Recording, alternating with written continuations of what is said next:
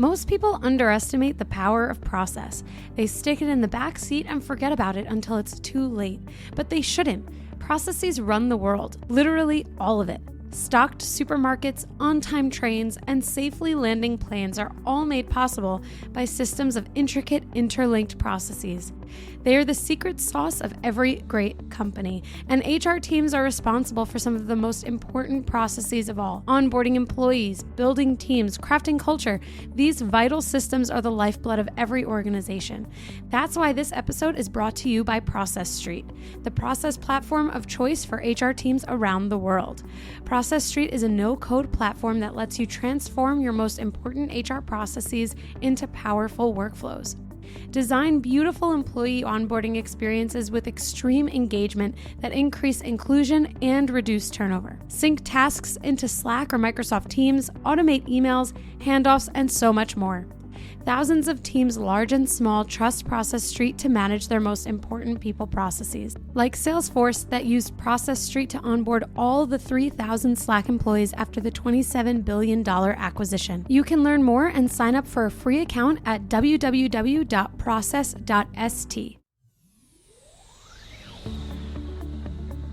Welcome to the Bringing the Human Back to Human Resources podcast. The podcast all about the delicate balance between people and business, and quite literally, reconnecting the two. My name is Tracy Rubin, and I've spent nearly my entire professional career in HR. Join me as I share stories, opinions, and words of advice with you each week. Hi, everyone. Welcome back to the podcast. Thank you so much for being here for another week. Don't forget to rate, review, and subscribe wherever you are listening to this podcast. If you're watching the podcast on YouTube or Spotify, you can leave a little comment. Also, you can actually review on Spotify, or at least leave a rating. And on YouTube, of course, you can leave a thumbs up. You could do whatever you want. Thank you again, like I said, for being here. This is episode 99. Can you believe that we are here? If you are listening after listening to every single episode or most of the episodes after the last 2 years, thank you so much. And if you just started listening, thank you so much. There are thank yous to go around to everyone, and I'm super excited for next week's episode because it's going to be really exciting. And next week's episode is actually a little explicit, so I've been sprinkling a few of those in there. Hopefully no one here is offended by any of the curse words that go around for the explicit or in the explicit episodes. I think it's kind of nice to shake it up a little bit. Just so you know, I am always myself regardless of whether the episode is explicit or not. Listen, when I think about where this podcast is today, first of all, I should say I go into every episode thinking about who I'm speaking to. Not necessarily like a guest or anything like that, but who is actually listening to my voice and a guest's voice. And it's all of you, every single person listening to the words that are coming out of my mouth right now. You are the person, you are the people that I think about when I craft these episodes, edit them, think about what to say, think about what to remove. I am always thinking about the audience here. And it is not lost on me that you're spending every week coming back to this show. So I really, really appreciate it. And I want you to know that any feedback, any submissions, anything, I always appreciate. And if you haven't yet followed me on Instagram, that's a great other place to start. If you've already given the show a 5-star rating and review, you can also follow me on Instagram at @HRTracy. But enough of that, because I've spent the last 2 minutes talking about the show. And there's a reason why you're here, and it's to think about and hear about the takeaways that I've had when it comes to the importance of being in person with coworkers. Now, I want to set the stage here for you this week. I am just coming back from a trip to Las Vegas for the HR Tech Conference. Now, when I say just coming back, it's actually a few days later because I did not have a voice. Now, the other stage that I'm going to set here for you today is that whoever said what happens in Vegas stays in Vegas clearly did not become friends with their coworkers, because I'm telling you that I had the most amazing trip and experience at that conference. So basically, I went to Vegas this last week. So this is in real time. You're going to hear this episode a week after the conference. You guys know, if you've been here a while, there are certain episodes that are pre-recorded, and then there are episodes that are as close to in real time as possible. And so when you hear this, it will be a week after the conference. So I got there, and I got there on a Tuesday, and I left Thursday night on a red eye back to the East Coast. And I don't know, I think first of all, my trips to Vegas have been interesting before this one. So I didn't have such high expectations. I once saw the Backstreet Boys in Las Vegas. I once had a really great buffet meal in Las Vegas. But other than that, it's been a little interesting. We'll just leave it at that, interesting. And I'm sure if you've been to Las Vegas, you're thinking about your interesting trips as well. But I can say that I have not ever been like, oh, I really want to go to Las Vegas. I want to be there. I've got to go back. It's kind of like something that brings me there, not necessarily like me deciding to go there, because I don't gamble. I don't do that stuff. I want to have a good time. But again, there are certain things that Vegas just like you do. Like if you gamble, you go there. If you drink, you go there. And I don't know. I just didn't always feel like I fit the bill. However, I still do know how to have a good time. And so, like I said, I wasn't sure what to expect, but I did know that I was going to meet coworkers that I had never met in person before. And that single-handedly was the thing that made me so excited. And that's what this whole episode is about, the importance of meeting in person. Now, again, I didn't go with such high expectations. I left super early in the morning on a Tuesday. I was pretty exhausted. I knew that I was going to have some jet lag. My parents were coming to visit us this past weekend, which would have been that following weekend from Vegas. I'm like being in real time, but also in the past at the same time. Anyway, I was like, oh yeah, I'm going to stay on East Coast time. I'm going to manage this. No, I wasn't able to do that because Las Vegas just finds a way to pull the fun right out of you. So you keep the fun going for a very long time into the night. So anyway, did not stay on East Coast time, and I was supremely jet lagged when I got back. But anyway, coming back to this point, I realize I'm rambling a little bit. I get there and it's like super early in the morning. And although I'm like very extroverted and like social, I do sometimes get a little nervous about these like in-person events where I don't necessarily know anyone, because you just don't know who you're going to meet, what you're going to run into. And I didn't know any of my coworkers personally because I had never met them. Like we've talked a little bit in work, but outside of that, it's not really happened. So you just never know how someone is going to be in person. And I was a little nervous. I'm like, what happens if they don't like me, or I don't like them, or they're not nice, or, who knows? Because I know how I am, and I really fully believe that you can only control the things that you can control. And so I just was like, you know what? Worst comes to worst, I'm there to do a job, get the job done, and I go home, and that's fine.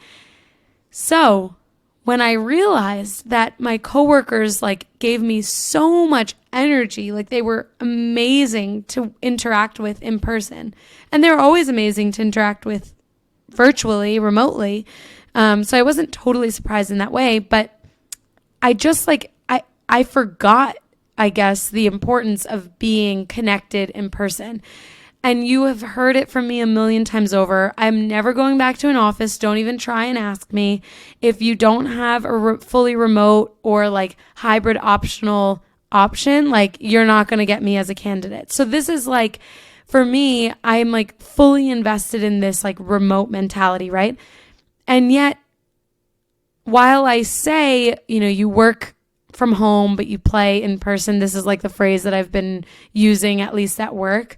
I don't know if I've said it on the podcast before, but I really believe that.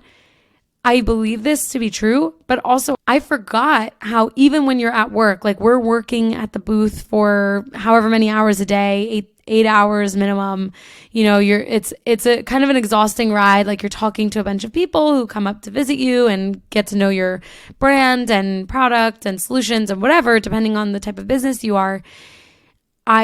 You're also like engaging with each other and learning about one another while working. And I forgot that part.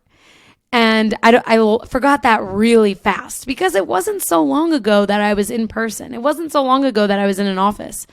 And it's just funny how quickly you can adapt to a new situation.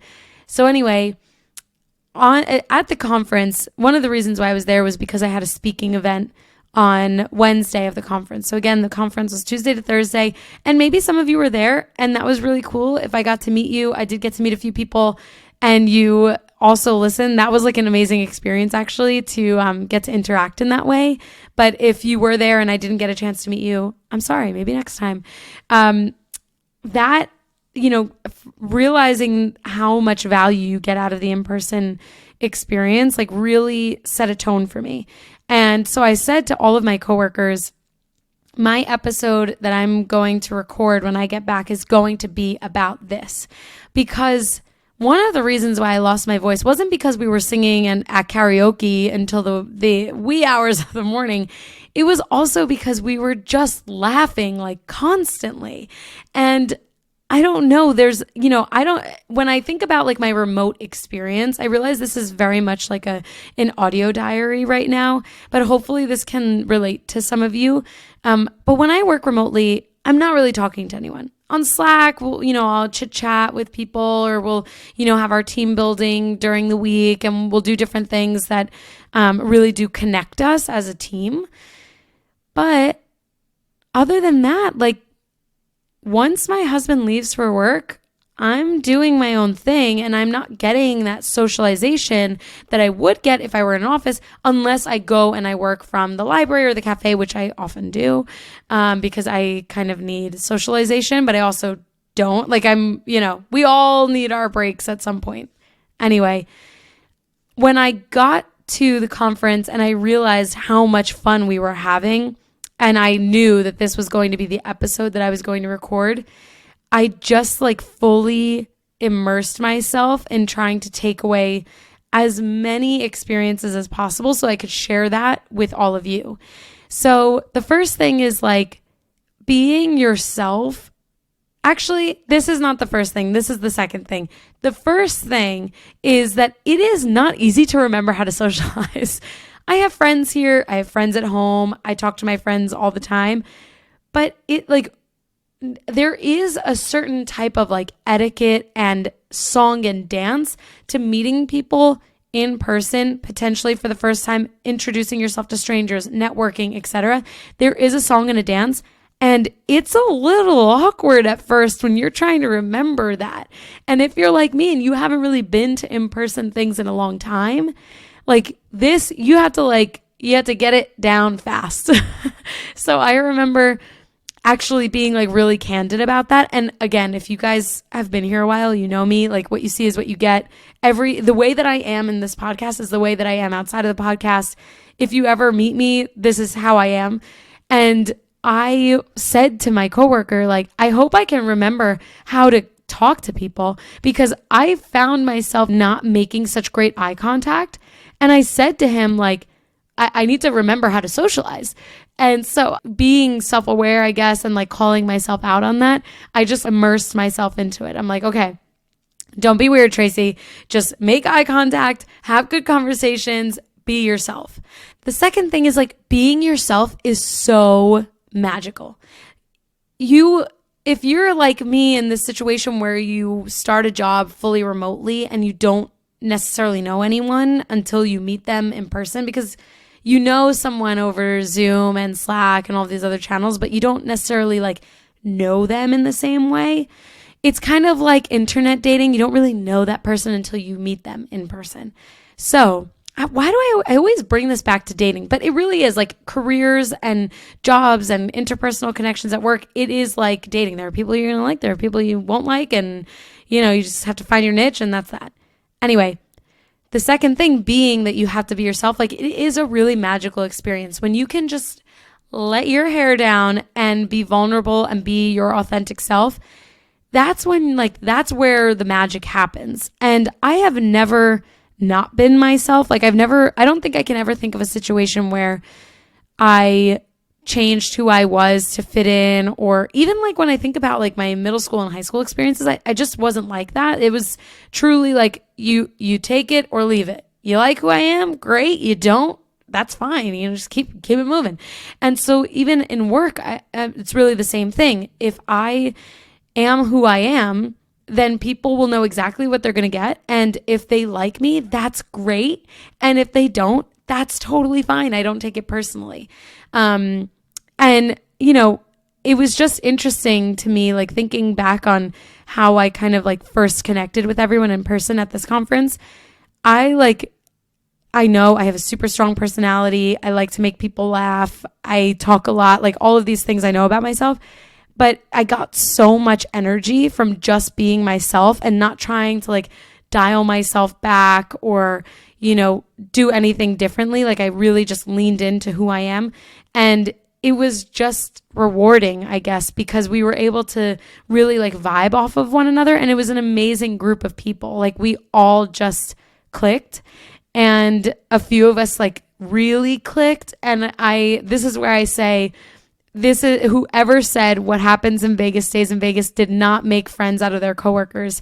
And it's a really amazing feeling. And actually, the third thing here that I really wanted to talk about is that for anyone, whether it's ourselves, our employees, when people have friendships at work, you're retaining them more easily. People don't leave as quickly. They don't leave companies or their roles as quickly if they have friendships built into their experience. And listen, I am super engaged in what I do and where I work, but it just like instilled for me and validated for me this point that when people feel connected beyond the work that they're doing, they're not just engaged, they're committed. If you go back a few episodes to when I had Andrew Kitchener on, we talked about this. We talked about commitment versus engagement. And that, I realized it firsthand, the difference in that. People could be super engaged in what they're doing. They could love what they do. They could come out of work feeling, you know, happy with the results that they've had. But if they're committed, then they're hyper loyal, right? So when you have friendships that connect you outside of the work that you're doing, you're committed. You're not going to leave your friend in the dust just by leaving. Like you're in it a little bit deeper when you have those friendships. And there is a really important takeaway there. And again, I'm like super engaged in what I do. I love what I do. I love where I work. I love the people I work with. But loving the people that you work with is not the same as having friends at work. And I forgot that. And in forgetting that, there was a piece of the conversation here about remote work that I missed, that I failed to share with all of you. And again, this is the interpersonal connection. How do we create that in-person feeling while remote? And sometimes the answer is, well, you just have to meet in person, because actually, I don't know that anything can replicate that. I don't know that there is a perfect replacement. Maybe virtual reality. If anyone knows of a virtual reality program, game, whatever you call it, where you could kind of replicate that in-person experience with coworkers, because there are games, but I'm thinking specifically of like if you could create an office and invite your coworkers to join you in the office. I would love to try that, because if that works, then okay, that's kind of cool. You can replicate that in-person experience with a pretty minimal budget, because this is usually what impacts when companies can meet in person or not. It's like if they have the ability to spend an exorbitant amount of money to get all of their employees together in person. At the same time, although it's a lot of money, there's probably a calculation there for how much money hyper committed employees create in terms of revenue and profit drivers for the company. Hey everyone, I wanted to take a quick break to tell you about the Employee Onboarding Podcast by Process Street. If you care about crafting a magical experience for new employees and you love podcasts, you won't want to miss this. Join the Process Street team as they have conversations with people leaders and technology creators exploring the world's most magical onboarding experiences. You will learn cutting-edge best practices, industry secrets, and technology to wow every new employee that walks through your door. I recommend the episode where Process Street's CEO, Vinay Patankar, sat down with Zapier's CEO, Wade Foster, to talk about how they've scaled employee onboarding in a $5 billion remote-first organization. And the conversation with Ben Eubanks discussing how to leverage AI and automation to improve the new employee experience will blow your mind. You can find the Employee Onboarding Podcast on Apple, Spotify, Google, or wherever you listen to your favorite podcasts. Go ahead and check it out, and don't forget, if you're interested in supercharging your employee onboarding or other HR processes, go ahead and give Process Street a try. You can sign up for a free account at www.process.st or check out their YouTube channel for a bunch of webinars and demos. This episode is brought to you by Namely. Running HR for a mid-sized business means you hire, onboard, process payroll, keep up with regulations, resolve conflict, organize company events, the list goes on. So you need software that can keep up with all that you do so you can focus on keeping your employees happy and engaged. You need Namely, the all-in-one HR solution that makes life easier for your employees, your boss, and you. Namely's HR platform covers your essential HR and compliance needs in one place. Namely offers it all from onboarding and payroll to time tracking, benefits, and employee engagement, and so much more. Whether you have 50 or 1,000 employees, Namely's all-in-one integrated platform is designed to be used by everyone every day. In fact, Namely just rolled out their newest feature, continuous feedback. Now you can encourage and engage employees by giving feedback on an ongoing basis. Break away from traditional point-in-time review cycles and make feedback part of the day-to-day employee experience. I want you to build a better workplace with Namely, so I've arranged a special offer for you, my listeners. Right now, get a free month of unlimited access to Namely's all-in-one HR platform, but only when you go to namely.com/humanhr. Remember, for your free month, go to namely.com/humanhr. Like, how much more money does someone who has that level of connection with another coworker, the level of commitment and engagement and that feeling that you get after walking away from a few days with people that you've made like significant connections with, what does that equate to from a dollar's perspective? Because that might actually offset the cost of the programming for meeting in person. And this is the thing, like, everything, of course, comes at a cost. Like, it's always going, it could cost $1 million to get an organization to meet in person. But how much is that $1 million going to get you from a profitability standpoint? Like, this is marketing, right? This is how marketing works. I mean, at least the way I'm boiling it down to be this way. But, like, someone has an advertising and marketing budget, right? Let's say they have $3 million in marketing and they spend $1 million on a commercial or an ad to drive sales to something else. They could make $10 million on that $1 million ad. That's what in-person programming is. It's like, okay, we're going to invest X amount of money to drive Y amount of dollars. And this is, again, the part that I was missing. Now, of course, I've always valued this in-person programming, opportunities, like getting people connected, because I literally live for that. I thrive on that. So it would be silly for me to fully forget that. I think the part that I was missing in the remote conversation is that you have to invest in the in-person stuff. It's not just like a $20 budget here per person, $50 budget here per person a month or a quarter or whatever. You have to invest significant dollars. If you are fully remote and your organization is fully remote, you have to put whatever savings you had in not having an office, not having commuting expenses, whatever you can do, you have to invest that in the in-person stuff. And maybe it's like this. It's like travel, going to conferences, mixing up the groups, whatever it might be. But there's always going to be a group of people that don't go to those things because their jobs don't require it. So how do you get those people in person?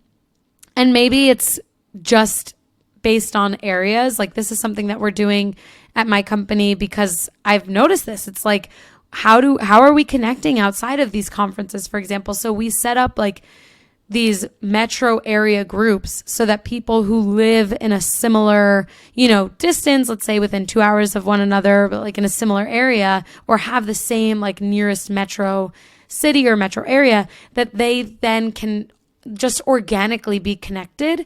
And then as new hires join, they're added to those groups too. So we do this all in Slack, and I'm sharing this so that if you have a similar challenge, you can just kind of go ahead and go for it and set these things up. But hopefully this will enable our teams to meet even more often to drive that next level of commitment. Like I feel like engagement brings you here, and then commitment brings you here. If you are not watching this, I basically just put my hand at one level, my left hand at one level, and then my right hand is going about 6 inches higher. So engagement is the lower left hand, and commitment is the higher right hand. And, of course, after speaking with Andrew, my guest, who talked about employee commitment being a better metric than employee engagement, I got it, contextually it made sense. But now having experienced it firsthand as someone who benefited from this like in-person interpersonal connection, I really get it. And I don't think I can live a remote life without it now. So it'll be interesting to see how I walk away from this experience and like share these perspectives and these experiences to begin with. Like when I came back and worked on Friday, which if you follow me on Instagram, I was like dead to the world on Friday from being jet lagged, but we made it through. We got through the meetings, we did it. But the one meeting that I joined, I was like, it is so important that we get together in person. Like everyone needs to prioritize this, and everyone agrees, but does everyone really understand it until they experience it? Probably not, right? This is where I didn't necessarily understand it until I experienced it. So it was just, I don't know, it was really profound. And when I think about what I could impart on all of you, this is pretty much what I'm trying to get at.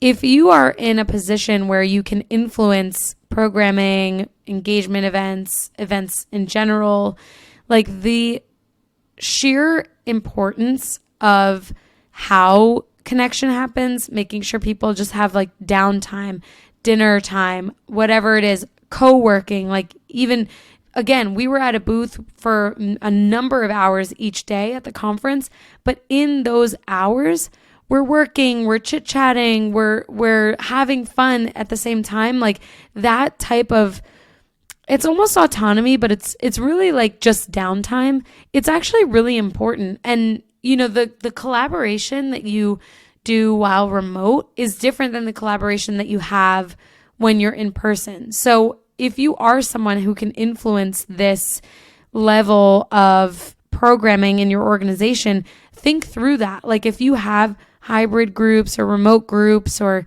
a little mix of both, like how can they work at a WeWork together? How can they co-work together outside of an event? Because there is something to that.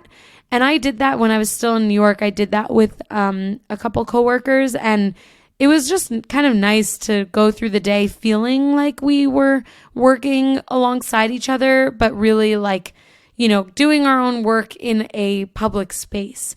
And so and even though we didn't have anything we were collaborating on at the time, like it was just kind of nice to have that connection right there. So that's the one thing. The second thing that I'll say is if you or your company can't necessarily afford to get people in person, there has to be something else. How are you connecting people with a minimal budget, right? And then the question that I have to that is like, well, why don't you have budget? Are you making room for other things? And so this is like taking a back seat, or is it that you are like cutting costs? And I think that at some level, there's always something. If you can't meet in person, then again, you give to these like metro groups, you encourage it, and you send them on their way to like meet in person and really organize themselves to do that. But again, like, I think that there is probably a way for every business to find some sort of money to bring together and get their people together. Even if it has to be in a year and a half in the future, if you get that on the calendar and you get it on people's radar, it's something to look forward to. Like, I'm looking forward to the next time that I can see coworkers in person. I'm looking forward to the next time that I can plan something in person for myself and colleagues. So I think it's just an interesting like nuance, I guess, to this remote life, that we all want this flexibility, autonomy, agency over our lives, but we all also want that connection. And, you know, it's interesting because when I think about how people also kind of just want the boundaries and the balance between work and their personal lives, like there is something about having camaraderie at work that actually makes work less like work. You know what I'm saying? Let's say you're working on a project and it's a project that you really are not excited to be working on, but you have an amazing relationship with the person who is running the project or the project manager or in the project with you.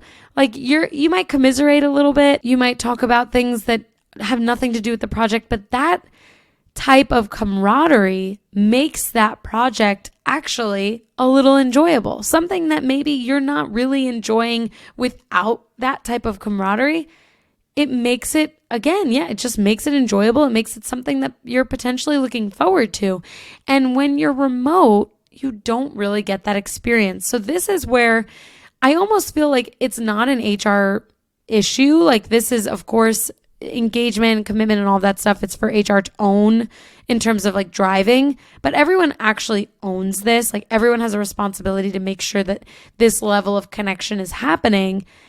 But I don't know that everyone is self-aware in understanding or seeing just how important this is. Now, of course, I talk to non-HR leaders all the time and they're like, and employees all the time, and they say the in-person is so important. We have to meet in person, et cetera, et cetera. But is everyone thinking about why we need to meet in person? Is it just because we're feeling a little isolated, or is it because our productivity and our commitment improves? So this is where HR needs to own and drive it, and along with all of the other business leaders, and the employees need to really push for these things to happen. I've talked about this a lot, that, you know, employees are in the driver's seat, right? I've been talking about this now for basically 2 years. Employees are in the driver's seat. We're driving flexibility. We're driving remote work and all of those things. Now we need to drive that in-person connection. Well, we want our remote work. We want to be flexible. We want to have agency over how we work, where we work, when we work, and all of that good stuff. But we also want to be connected to our employees or to each other and our coworkers. And this is the thing that I think fundamentally businesses are challenged with and struggling with the idea of. It's almost like this foreign concept to want to work remotely and also be connected in person. And it's not that foreign. And I think this is where businesses are like, well, we need to work in the office and we need to meet in person because we need the connection. But that's not it. People don't necessarily want to work in the office. They want the benefits of the office and the benefits of being remote. They want the flexibility and autonomy and agency of being remote, working from wherever they are, whenever they want to, while having that super deep personal connection with the people that they work with in person. So that those moments where they are working from a different state, a different country, at a different time, that they still feel connected to the bigger picture and to one another. And I wish that there was like a way to just stream this to every single business leader in the world, because I think this is where we're getting it wrong. Like we think that it's like one or the other. If you work remotely, you don't really want the connection, or you don't need the connection. If you work in person, you must have it. You need the connection. You don't want the flexibility because the connection is more important. But they're not mutually exclusive. Like, you can have both. You can have the flexibility and the agency of working remotely while having the importance of the interpersonal and in-person connection while being in person, but also working remotely. Like, they can happen at the same time. And I don't know, there's this approach I feel like in the world these days where it's like one or the other. It's super black and white. You're remote, not in person. You're in person, not remote. But why can't we be remote and connected in person? Why can't we be in person with the flexibility of being remote? Like, for example, we know that the nuance here of being remote is like you have flexibility, you can work wherever, whenever, etc. for the most part, and you're not necessarily getting that in-person connection. In person, you don't get that flexibility. You have to be in the office at a certain time. You have to leave the office at a certain time, no earlier. You have to like dress a certain way, act a certain way, all of that good stuff, right? But that's like inflexible. And so it creates this dichotomy where true flexibility is only remote and true formality is only in person.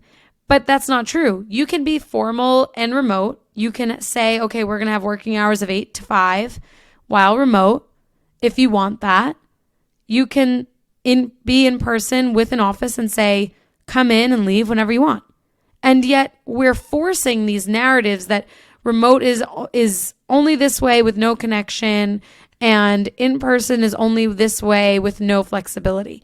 But like, it doesn't make sense. This is kind of, for me, where we are like making changes as, you know, business leaders. Like we influence these changes based on the employee needs and wants and pushback, but we're not like root causing why there's a demand for change.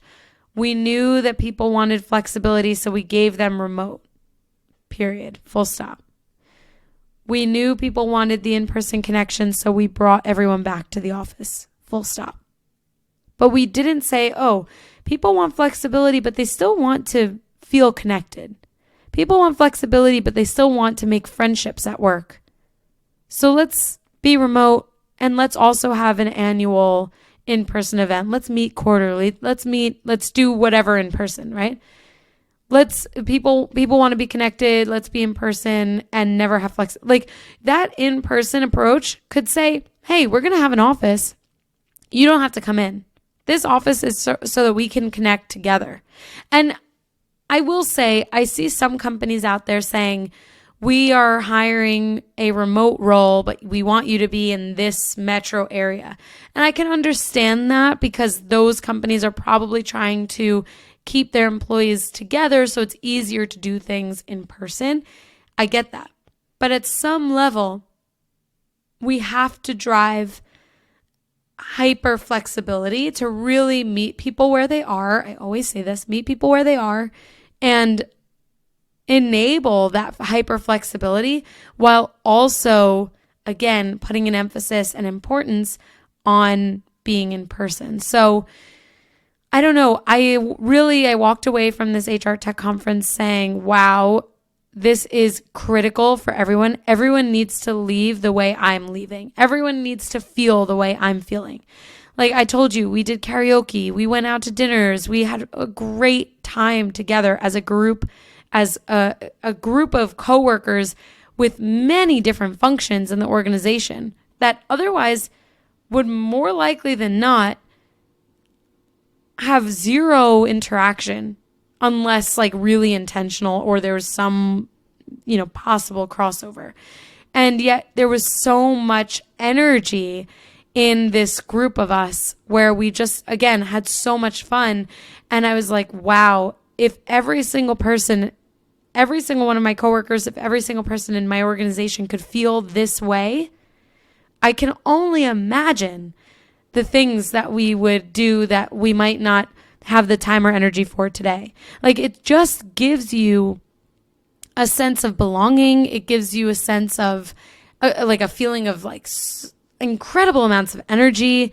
Even for the people there who were introverted, they said that there was like an energy that they were leaving with because they didn't know what to expect when it came to meeting their coworkers for the first time. Like, you really never know. And sometimes you don't have this amazing amount of fun, and that's okay.